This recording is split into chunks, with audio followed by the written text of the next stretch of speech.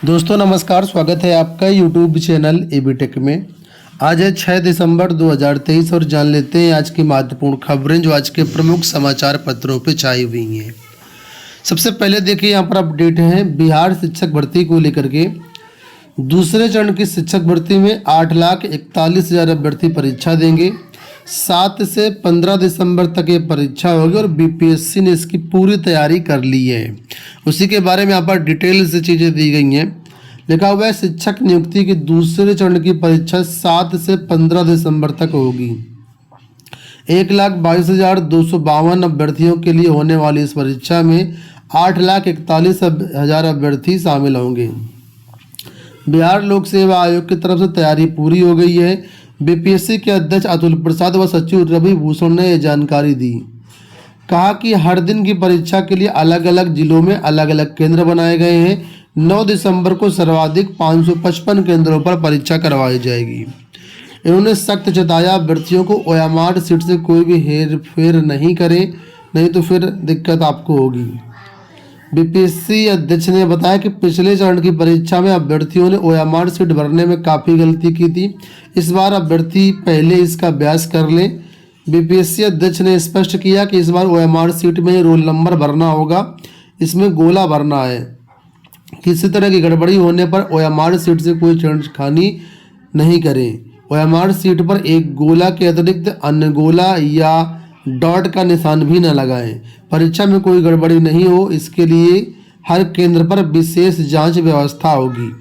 तो यहाँ पर परीक्षा का कार्यक्रम भी दिया गया है। अगर आप नहीं देखें अभी तक तो यहाँ पर देख सकते हैं कि किस दिन कौन सी परीक्षा है और कितने कितने अभ्यर्थी परीक्षा देंगे और कितने कितने इसके लिए परीक्षा सेंटर बनाए गए हैं।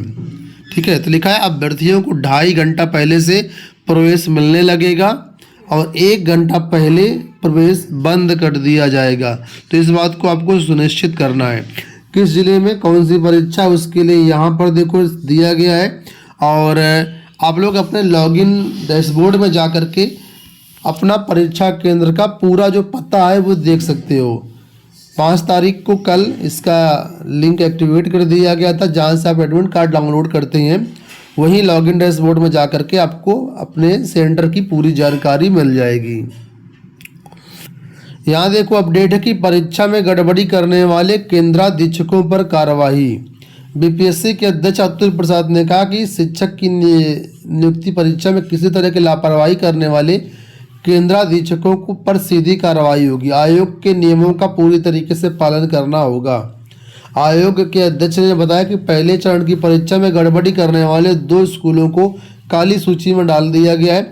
इसमें एक पटना और दूसरा सारण के स्कूल हैं।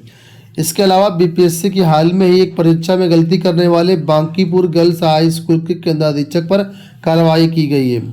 इस बार भी जितने परीक्षा केंद्र बनाए गए सभी पर आयोग की सीधी नज़र रहेगी। आयोग के कंट्रोल रूम में सब कुछ मॉनिटरिंग होगा। इसके अलावा अध्यक्ष ने कहा कि वरीय उप समाहर्ता स्तर के पदाधिकारियों को जोनल दंडाधिकारी के रूप में प्रतिनियुक्त किया जाए। तो कुल मिलाकर के यहाँ पर प्रमुख बातें यहाँ पर लिखी हुई है कि अभ्यर्थियों को क्या करना है क्या नहीं करना है। आप लोग इसको अच्छे से पढ़ लीजिए। साथ में जो सप्लीमेंट्री रिजल्ट आना है उसके बारे में यहाँ पर देखिए जानकारी दी गई है कि पूरक रिजल्ट प्राथमिकता में नहीं है। बिहार लोक सेवा आयोग के अध्यक्ष अतुल प्रसाद ने कहा कि प्रथम चरण का जो पूरक रिजल्ट देना है आयोग की पहली प्राथमिकता में नहीं है। रिजल्ट तभी निकलेगा जब हम इसके लिए तैयार हो जाएंगे। अध्यक्ष ने TRE-2 के रिजल्ट के साथ पूरक रिजल्ट जारी करने का इशारा भी किया। बताया कि पूरक रिजल्ट का इंतजार करने वाले अभ्यर्थी दूसरे चरण में आवेदन किया है। अभ्यर्थी अगर दूसरे चरण में सफल हो जाएंगे तो पूरक रिजल्ट का इंतजार नहीं करेंगे। ऐसी स्थिति में दूसरे अभ्यर्थी को फायदा होगा। यूजीसी नेट परीक्षा के बारे में अपडेट है कि आज से शुरू हो रही परीक्षा आधा घंटा पहले तक मिलेगा प्रवेश। तो यूजीसी नेट दिसंबर 2023 के लिए जो परीक्षा का आयोजन है आज से शुरू हो रहा है। एडमिट कार्ड पहले जारी कर दिए गए हैं। एडमिट कार्ड डाउनलोड करके आप लोग निर्धारित समय में इस परीक्षा में शामिल होइए। 6, 7 और 8 दिसंबर को होने वाले परीक्षा के लिए एडमिट कार्ड जारी किए गए हैं। तो आधा घंटे पहले तक यहाँ पर आपको प्रवेश दिया जाएगा। 14 दिसंबर तक यूजीसी नेट का आयोजन होगा। सीटेट को लेकर के कल नोटिस जारी की गई थी 4 तारीख को। तो यहाँ पर देखिए बताया गया है सीटेट में जो ऑनलाइन फॉर्म करेक्शन है उसके विंडो ओपन कर दी गई है। 4 दिसंबर से लेकर के आप लोग 8 दिसंबर तक अपने फॉर्म में करेक्शन कर सकते हैं। इस अवधि के दौरान आप जो है अपना विवरण, पाठ्यक्रम और परीक्षा शहर भी बदल सकते हैं। तो अगर कोई भी संशोधन करना है तो governmentjobcenter.com पर लिंक एक्टिवेट कर दिया गया है, आप लोग जा करके वहाँ से अपना करेक्शन कर सकते हैं। यहाँ देखो अपडेट है कि PCSJ के मेधावियों को लॉ फर्मों में मिलेगी नौकरी। PCSJ परीक्षा 2022 में इंटरव्यू तक पहुंचने के बाद अंतिम चयन से वंचित रह गए मेधावी अभ्यर्थियों की लिस्ट उत्तर प्रदेश लोक सेवा आयोग जल्द ही जारी करने जा रहा है।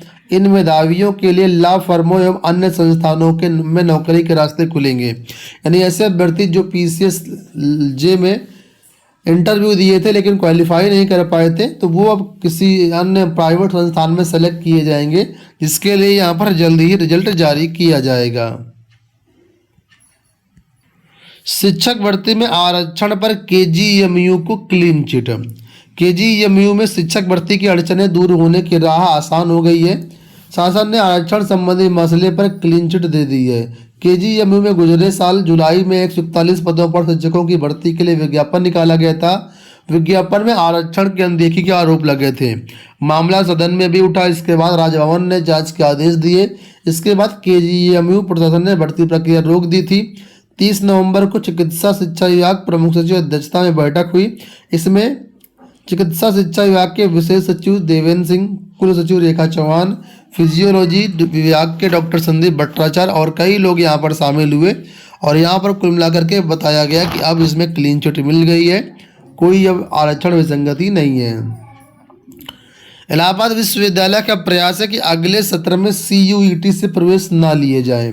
इसी के बारे में यहाँ पर देखिए अपडेट है कि कॉमन यूनिवर्सिटी एंट्रेंस टेस्ट यानी CUET के माध्यम से बीते 2 शैक्षिक सत्र से इलाहाबाद विश्वविद्यालय में संबद्ध कॉलेजों में स्नातक पाठ्यक्रमों में प्रवेश हो रहा है।